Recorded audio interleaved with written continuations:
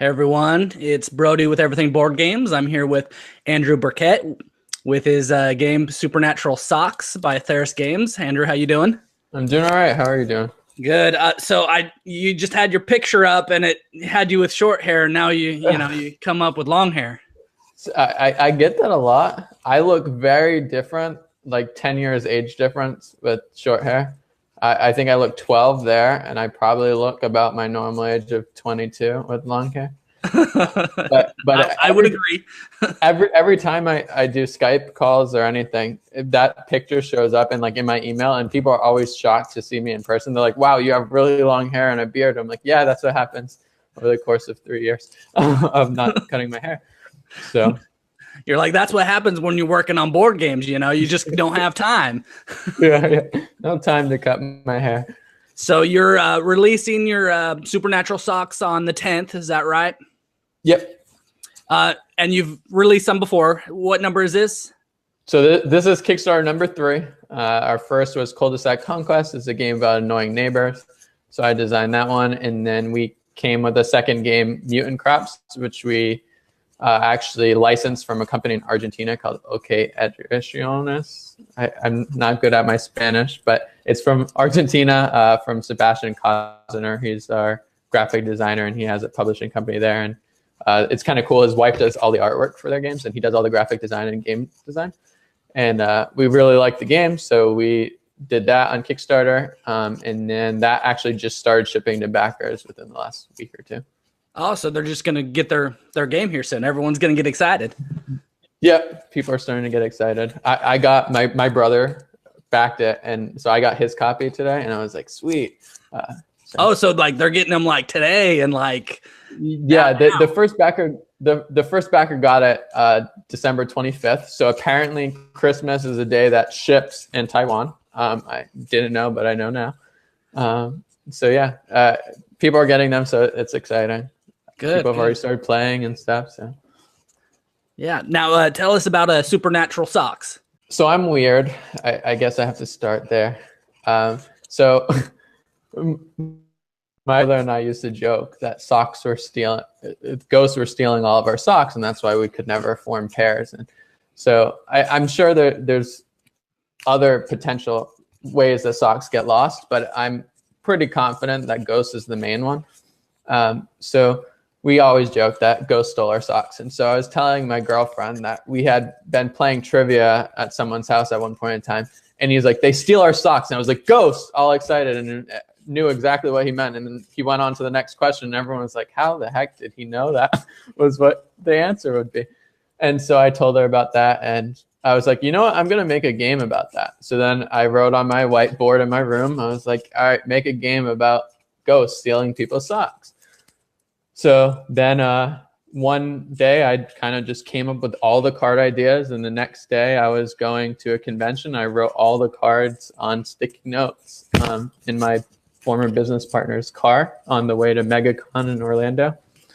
And the game was born. So it's a ridiculous game about losing socks in the dryer, like I said. So the idea is it's a lot of set collection. You're trying to play socks and then move them from your washer to your dryer, and then eventually to your laundry basket is how you score points. Socks are worth more as pairs.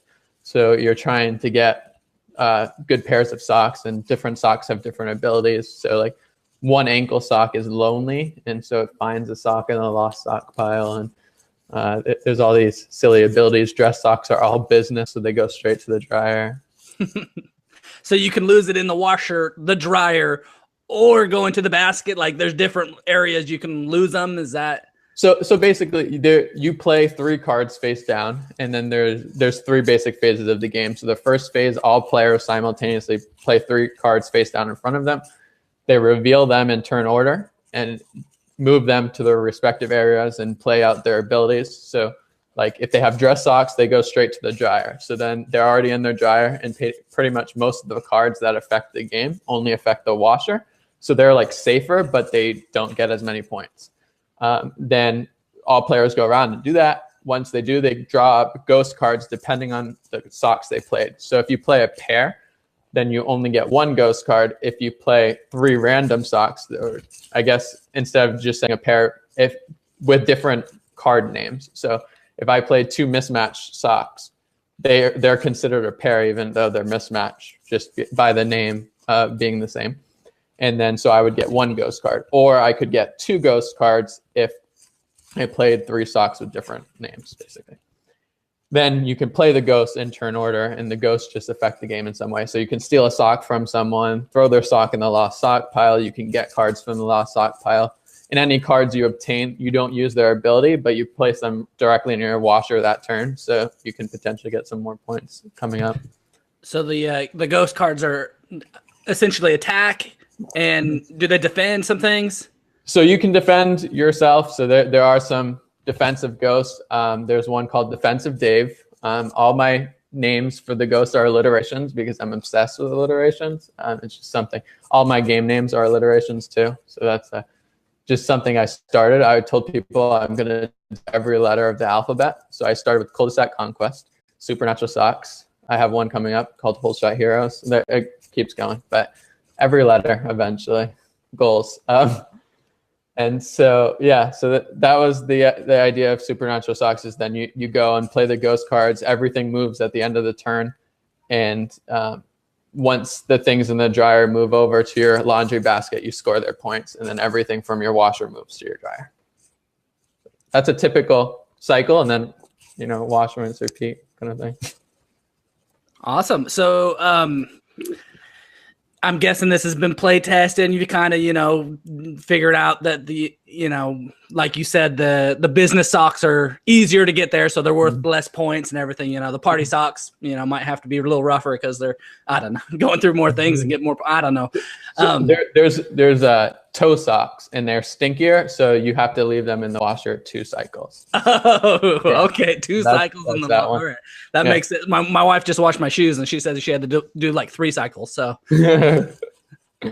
And I did see that there's some tidy whities in there. Is that right? So tidy whities are considered a sock for the purposes of the game. That is true.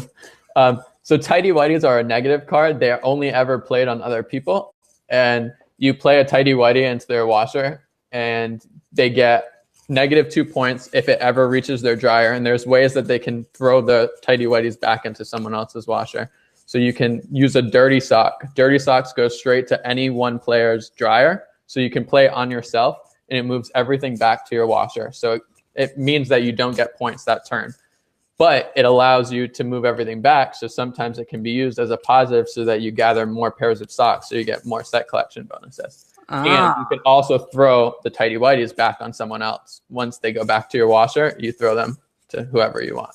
No one wants the tidy whities. Yeah, no one wants them. They also lose a sock in your washer. So you have to shuffle your socks and show them to the player that played them on you. And they pick one randomly, and it goes into the pile of lost socks. So they're kind of mean, but the idea is that the main -2 points can be moved back to other players if you play dirty socks effectively.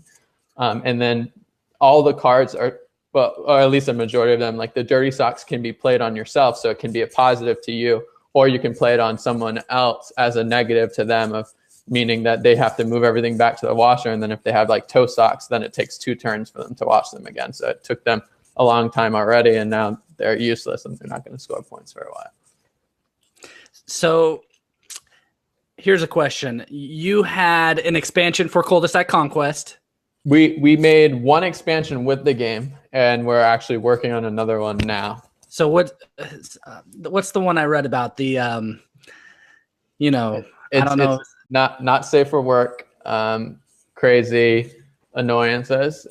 So that one is the super not kid friendly. The base game is fine, but that one is about as far as you could draw the line. We drew. So the artist, he kind of asked me, he's like, what stipulations do you have on the artwork? And I was like, just go crazy, man. Do what you want. And so he did it.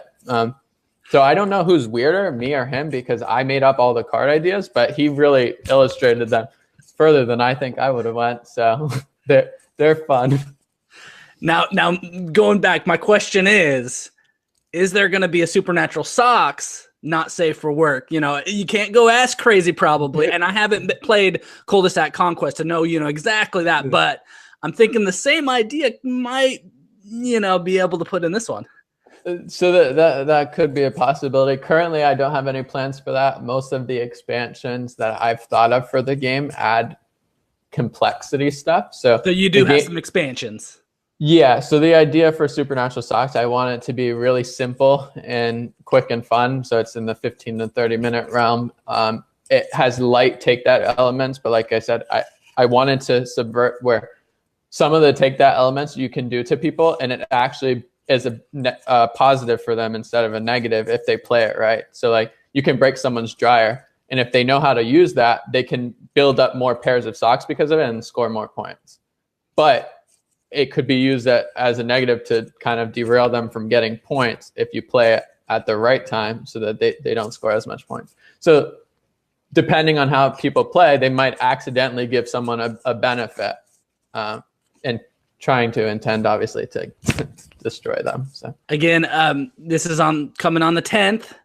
I'm going to put some links down below so that everyone can see them. So if you are interested in this game, you can go to the Kickstarter. You can go. I'll put a link to Atheris Games. You know, get you hooked up here with Andrew, so you can ask him all your questions. Tell us how you started in board games. Whenever I get asked this, people are always shocked by my answer because it's weird and probably the only one ever. Didn't play any board games, like literally anything except Monopoly. Hadn't played it in 10 years when I decided to start a board game company. I was in high school. I was in my senior year, and I wanted to come up with an automotive-themed trading card game. I just thought it was a good idea that no one had ever done. I thought more automotive games should be in the world, and I'm a big car nut.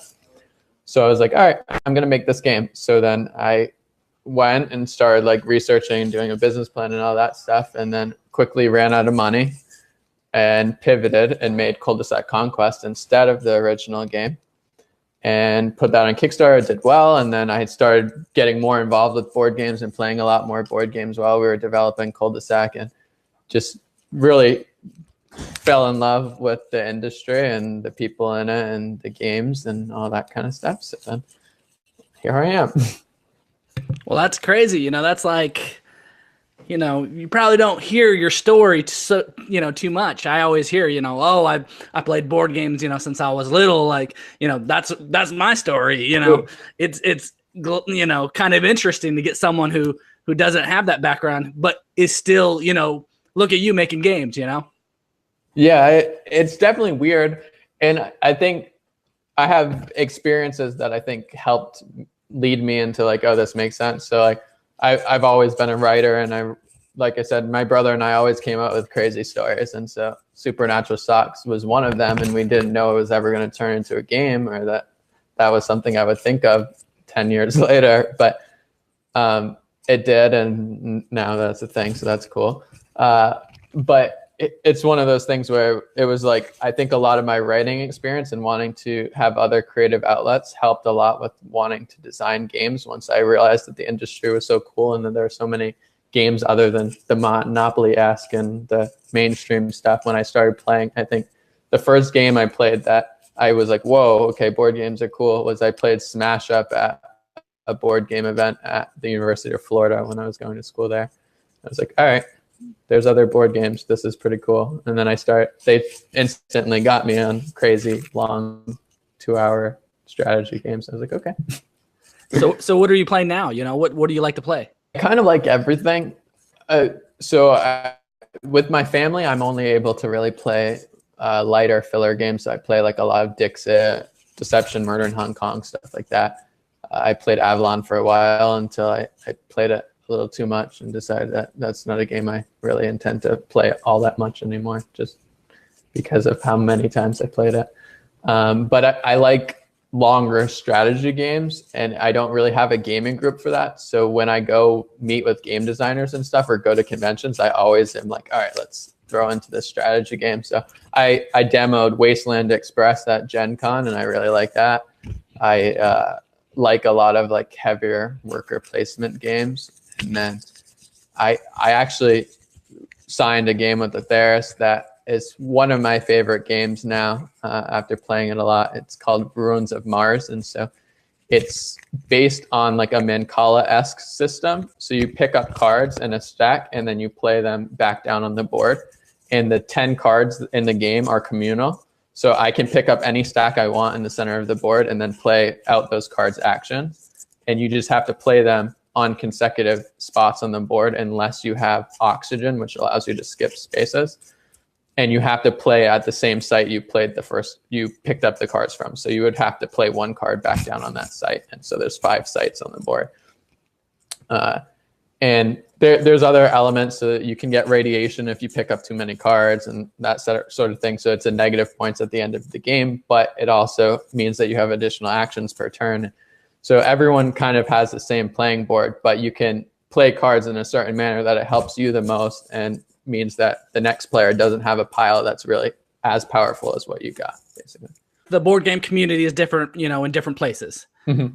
What is it kind of there? You said you mostly play with your family, so I don't know, if there's any, community meetups or anything like that. There are, but okay, so when I lived in Gainesville, there was a lot of meetups that it was just people playing published games, basically. And so I got into those groups really early. When I moved to Orlando, I already had the publishing company and was testing Supernatural Socks at that same time. This was about a year ago. And so I went and met all the developers there because I had started a developer meetup when I lived in Gainesville.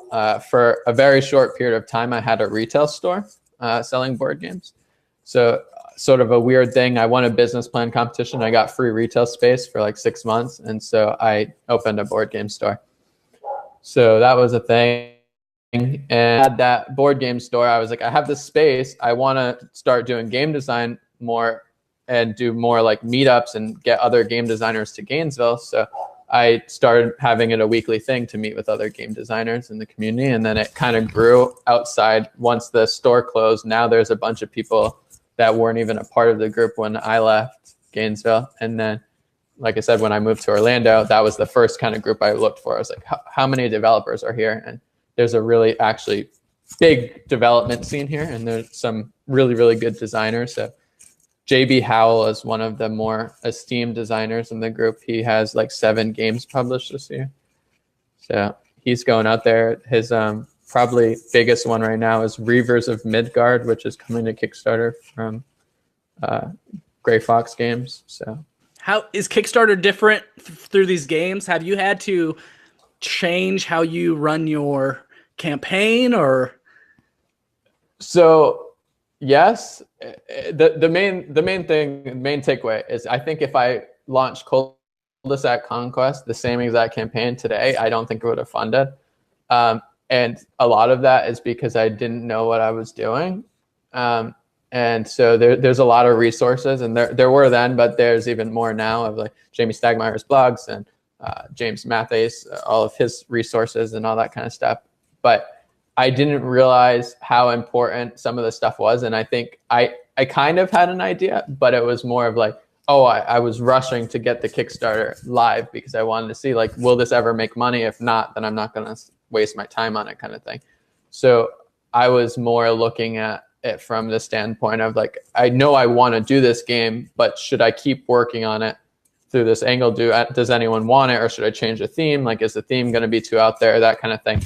And so I wanted to put it on Kickstarter as soon as possible to just see if people would pay for it, because everyone in the group seemed to really like the theme, but I was like, will they actually spend money on it? And I didn't know that, so I wanted that proof of concept, basically. So I put it on Kickstarter. It did way better than I thought it would. And then I was sort of like, wow, I can't believe this funded. This is awesome. And then now looking back on it, I realized like I should have done more independent reviews and that sort of thing, but I didn't have the financial resources to do that. And I had paid my artist before the campaign, but he hadn't finished all the artwork, and I didn't want to send a reviewer like half artwork, half sticky notes on Yu-Gi-Oh cards, which are our early prototypes of the game. So I just didn't get reviews for it. Now I have our games completely done. Like I have pre-production copies of Supernatural Socks that were sent to reviewers. And so I'm a lot further in the process now than I was when I did Cul-de-sac. I sort of had an idea and started the art development and had most of the gameplay done, but I wasn't 100% done with it yet. And now all of my games, they're pretty much 100% done when they go to Kickstarter, and it's just give us the money so that we can print this, and we're going to send the files to print pretty much immediately. Yeah, I know you're kind of focused here on Supernatural Socks. I think you did mention maybe something in the future, some letter. What was it? Whole Shot Heroes, probably. Okay, is that going to be your next one maybe this year? Or I think the next one is potentially going to be Ruins of Mars, which is the longer strategy game that we signed from Don Riddle. We're excited for Supernatural Socks and all the ones you have lined up. Again, I'm going to put all your link and information down, so if everyone has questions, they can contact you. Thank you for being on here and explaining the game, and I wish you the best of luck. Thank you. I appreciate it. Thanks for having me.